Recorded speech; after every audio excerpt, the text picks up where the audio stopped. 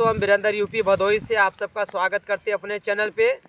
तो दोस्तों इस समय ठंड का महीना है, सर्दी है और हम यूपी भदोही अपने गांव में आए हुए हैं। तो दोस्तों हम वीडियो बनाने चल रहे हैं, आप लोग देखिए और हमारे चैनल को लाइक करिए, सब्सक्राइब करिए और बेल आइकन को दबाइए और हमें ढेर सारा प्यार दुलार दीजिए। तो दोस्तों हम आपको एक भोजपुरी गीत सुनाते हैं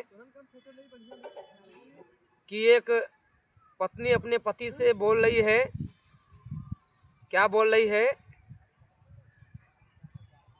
कि ले बालम हो बजरिया से चुनरी, ले बालम हो बजरिया से चुनरी के नात तरसा देबई औरी देखा देबई, नात तरसा देबई औरी देखा देबई से जरिया पे अंगूरी, ले बालम हो बजरिया से चुनरी, ले बालम हो बजरिया से चुनरी।